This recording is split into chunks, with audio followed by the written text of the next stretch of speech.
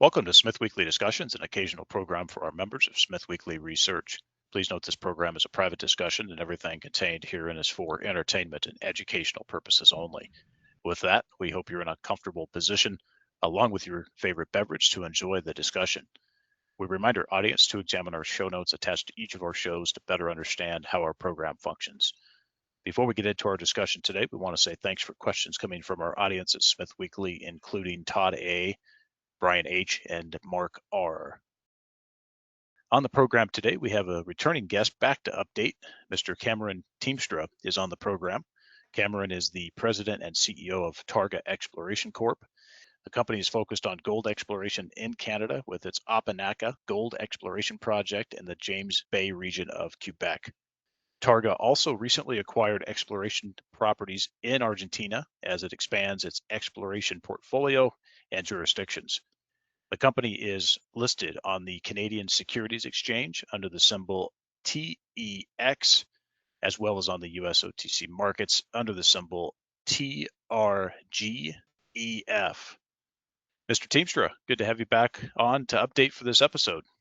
Andrew, I appreciate you having me back. It's been a couple of months and always good to catch up. Yeah, absolutely, Cam. It's good to have you back on. And I think we spoke, would have been early August, roughly, just before you guys got underway there with the drill campaign at Opinaca. So appreciate getting some updates here from you today on that, plus other things you guys have been up to. Well, why don't we get into updates? The team has completed just recently drilling on the Opinaca project with assays pending and confirmed gold with hole number 7. Cover the current status there, the findings so far, and when you guys would expect completed results and assays, final assays. Sure, Andrew. That drill program, which is the first ever drill program on the Opinaca project, went very, very well.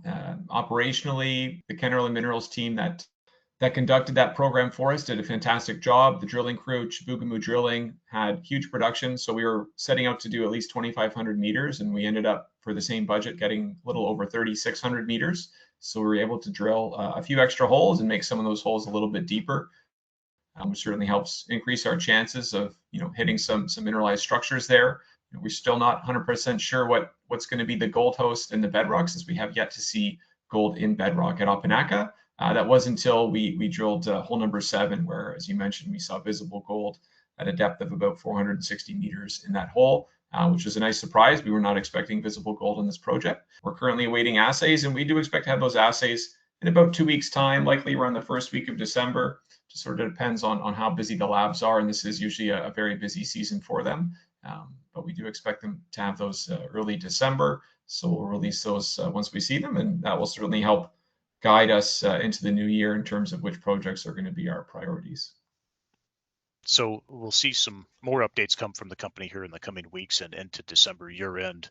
Yeah, December is definitely could be a tricky month on a number of different fronts, whether it's breaks or last minute things getting done, and of course calendar year end. So good information on that.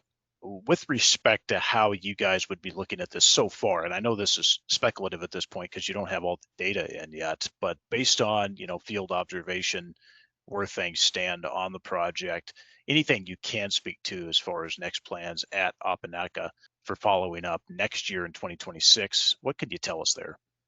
Yeah, it'll certainly be dependent on the results of those assays. Obviously, if we have some nice looking gold intercepts from that drill program, we'll want to get back there with a follow-up drill program in 2026.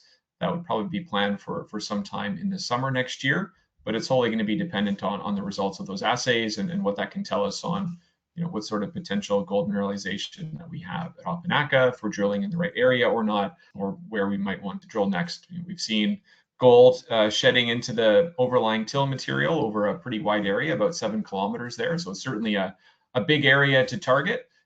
We did try to spread out some of our drilling across a couple different target areas in that 7-kilometer long trend. So we're hoping to learn a lot from the assays, not just from the gold values, but also from the other elements in chemistry from those rock types, to try to guide us in terms of what the expectations are, what the potential is of Opinaca to host a quality gold deposit. So really it's going to come down to those results, but certainly if those results look good, then yeah, probably another drill program for next summer, and we'd likely continue working with Kennerland Minerals as the project operator to help us execute that program.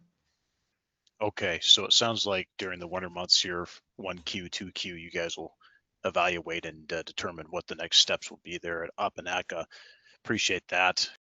Well, let's talk this new transaction whereby the company is taking an option on two gold silver projects in the Santa Cruz province of southern Argentina, El Zanjon and Venidero projects, with very little upfront capital and a long option period spanning about 12 years.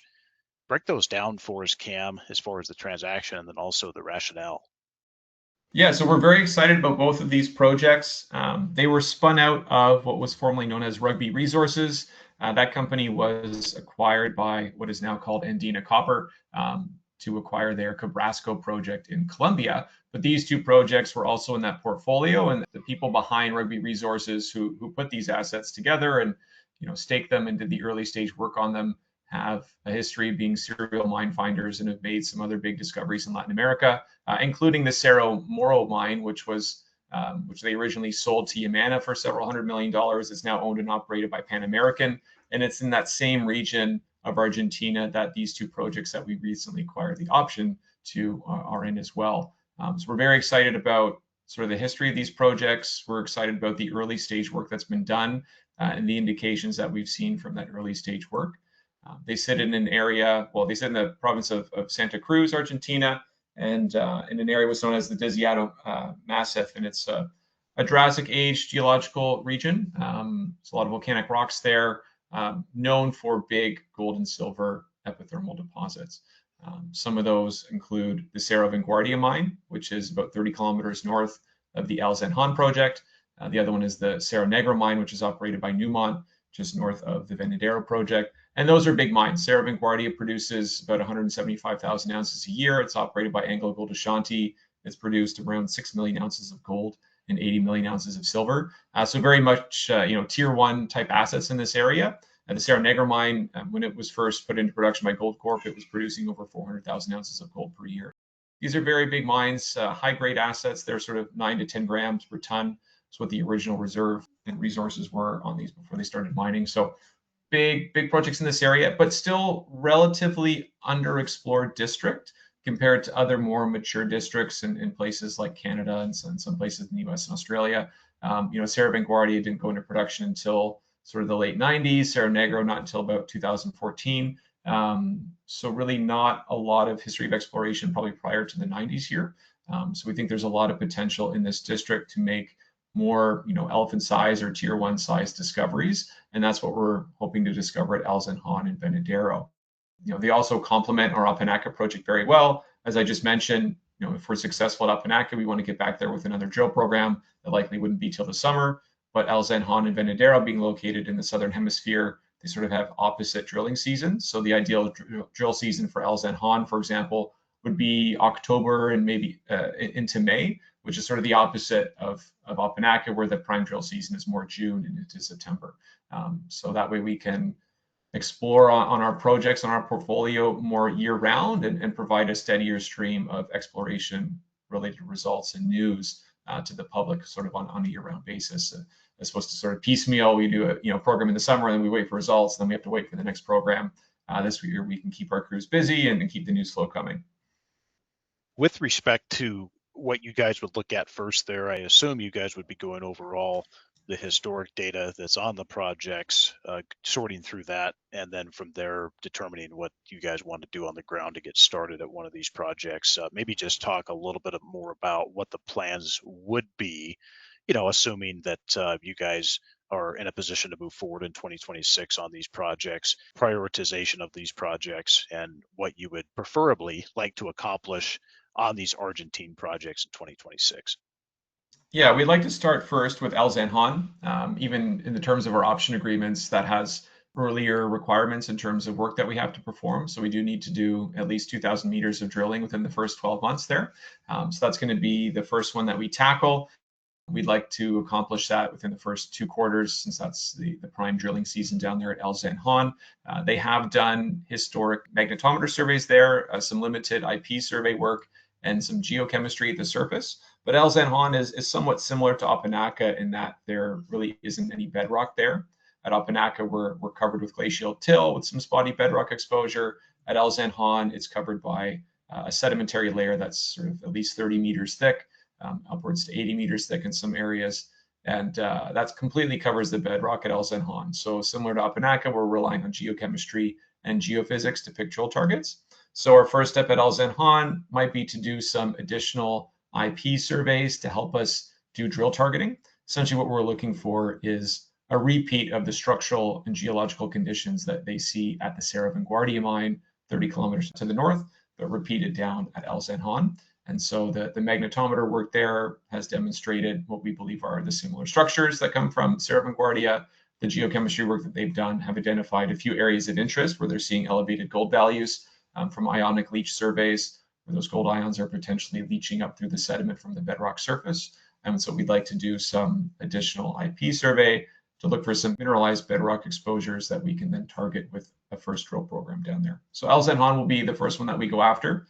In terms of Venadero and the stage that it's at, it does have a lot more outcrop. Historically, they have traced what's known as the Gorgonzola vein at Venadero at surface for about 2.5 kilometers. It does appear to be a bit higher in the epithermal system. So what we'd be doing at Venadero is targeting what we're hoping to be higher grades of gold and silver further at depth. At surface, they see grades of sort of 1 to 4 grams per ton gold.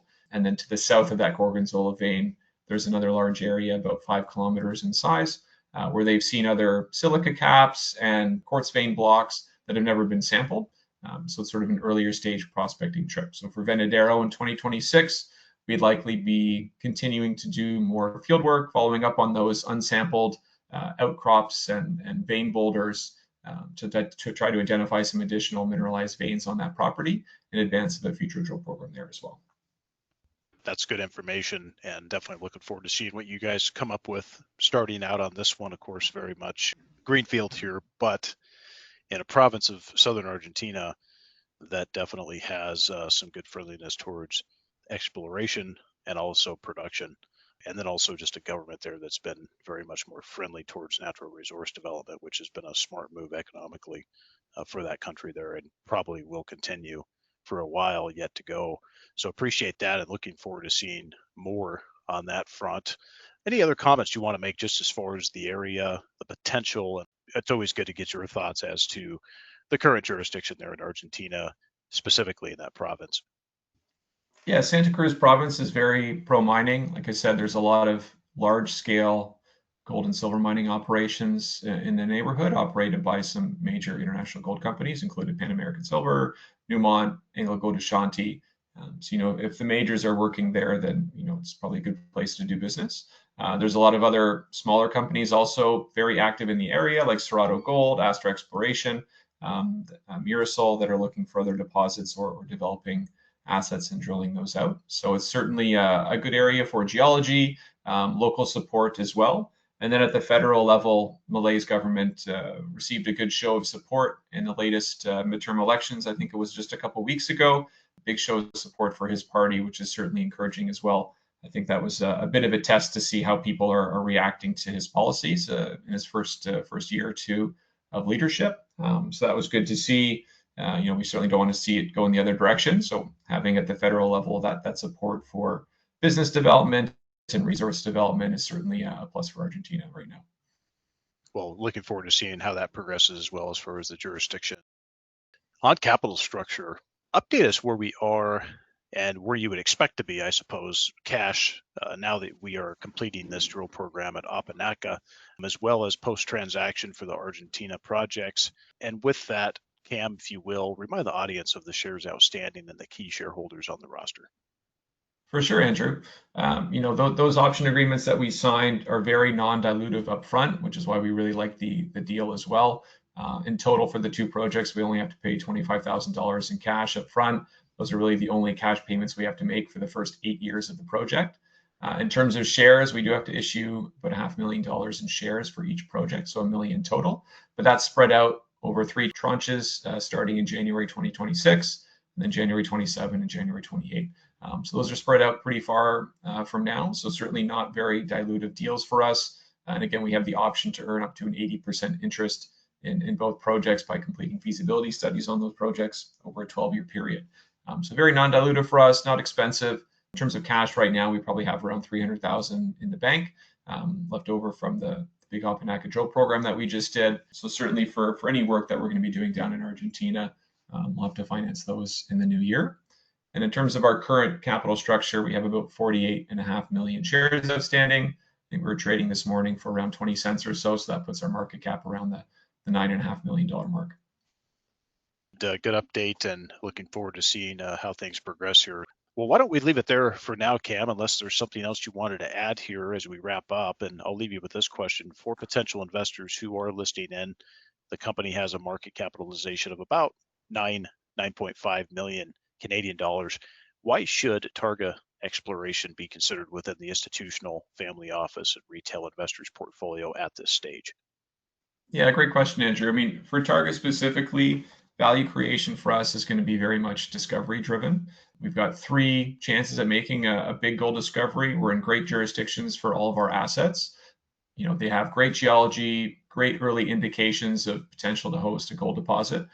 So that's really what we're after. We're not, drilling out known deposits or past producing mines. We're really looking to capture, the value creation that comes with major discoveries. So we've got Opinaca, which we've already finished our first drill program on. We've got El Zanjan that's just about drill ready, and Venadero as well that is close to being drill ready. So these are all projects that had never been drilled prior to now. So very exciting for us to have great assets and great regions put together by great people.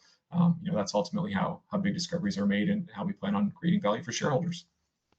Absolutely, and looking forward to more progress on these projects. Cam, what is the best way for folks to reach out to the company with questions? Yeah, you can find a lot of information about us from targaexploration.com. You can always email me personally as well at cameron@targaexploration.com. Always happy to answer investor questions and set up calls for people who want to chat. Well, thank you for the update. Looking forward to seeing the results there come out on Opinaca to finish up, and then as well as next plans on the other projects. And we're looking forward to chatting with you here in the coming months. Fantastic, Andrew. Appreciate your time on the show and looking forward to catching up in the new year.